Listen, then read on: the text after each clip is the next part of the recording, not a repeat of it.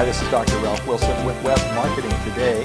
I'm in Chicago at the SES conference here with Bryan Eisenberg, who's an expert in the area of conversion and internet marketing, a pioneer in the field. Now, Steve Jobs passed away a few weeks ago. You contend there's a lot we can learn from Steve Jobs and Apple that'll help us in our businesses. What are some of those learnings? Yeah, it's amazing. You know, I got my first Apple computer about 6 years ago when I just released Waiting for Your Cat to Bark, and I was going on my book tour. And I needed a new computer, and I was desperate, and the only one who could get me one quickly was Apple. It was 3 days, and if I wanted one from Dell for what I wanted, it would have taken like 3 weeks. So I got my first Apple. And over the years, I've watched them go from, you know, a marginal little niche company to what's become essentially one of the most valuable companies. They're competing with Exxon on a daily basis to see who's a more valuable company. And I think there's a lot we can learn, and I think, you know, it really epitomizes a lot of the trends we're seeing in the marketplace. What can we learn, how can we learn to think differently from Steve Jobs? So I think Steve Jobs, number one, really focused in on having the customer experience at the forefront. Everything was about the customer experience. And really understanding who his customers were. And I think that's where everyone makes a mistake. So he wasn't really the inventor so much. He was a tweaker.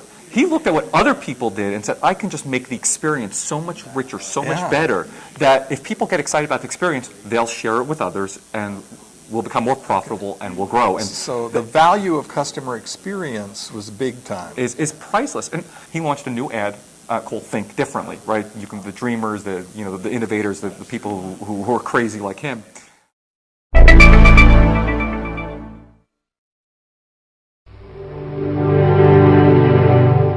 Here's to the crazy ones, the misfits, the rebels, the troublemakers, the round pegs in the square holes.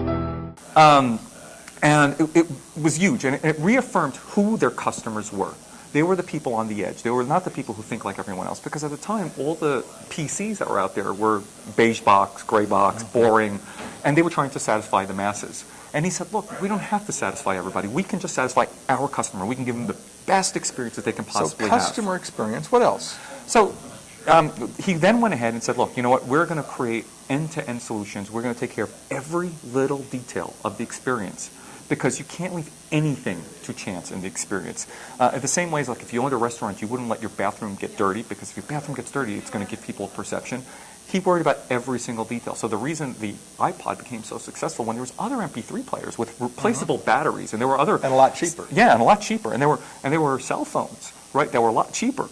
But what they realized is, look, if we can control the experience and give people such every detail so wonderful, even to the packaging being so beautiful when you're opening up, it's an event, that you're going to get excited by it. And now, I understand he wasn't an easy guy to work for. He was not an easy guy to work for. I just finished his biography. But because he was picky about what he was giving the customer, he satisfied the customer. Yeah, he had a very good intuitive sense about what customers want. And it's one of the reasons he said you don't necessarily ask customers what they want, and he didn't do a lot of testing. I also don't think he was a very high empathetic guy, so that was probably one of the reasons he didn't do that either. But one of the things that you can learn from them is, you know, they did a lot of prototyping. Even their retail stores, they bid a big factory warehouse, and they went ahead and they prototyped the store many times over, and even at the end said, no, I don't like this, and they redid the whole thing over and over again until they knew they had it right. And you can do the same type of thing on your website and tweak and test until you can find that perfect experience. And that's what you need to do endlessly, and use the customer feedback and use the customer data to do that. I think we settle for okay too easily. Way too easily. And it was his constant demand to have everything extra, even to the point where, and this is also how he helped customers market for him. When the iPods came out, and there's a whole story about how the night beforehand, they made everybody replace the little jacks that go into the headsets because they didn't click enough. Okay? And of course, they also created the iconic white headphones. Yeah. And people were going around using any MP3 player but getting white headphones because it became the icon. And that became the social media sharing device. Well, that was the advertising. Well, the white thing. They used that afterwards. Afterwards. That came a little bit afterwards, and they realized that was part of the So they saw it was the icon, they used it and they were able to use that. Yeah. So, but again, it's giving those people that thing. So even that little satisfaction piece of clicking in right was so important. And I think that's one of the other ones that they've become a master at. It's instant gratification. And I'll give you this kind of as a last one. and this is something that everybody can use. You buy any other consumer electronic out there, video camera, laptop, you go home, the camera, whatever it is, you go home, what do you, first thing you have to do, you have to plug it in and charge it for 8 hours, 24, until you can start using it. You go and you get an Apple product, it's charged. You're using it right away. They know the value of that instant gratification. The second you're there, it's open. And so online, everything's about being instant. That's right. Right? If I fill out a lead form, I want an instant callback. If I finish a transaction, yeah, well, maybe you can't get me the product instantly, right? I can't have it in my hands.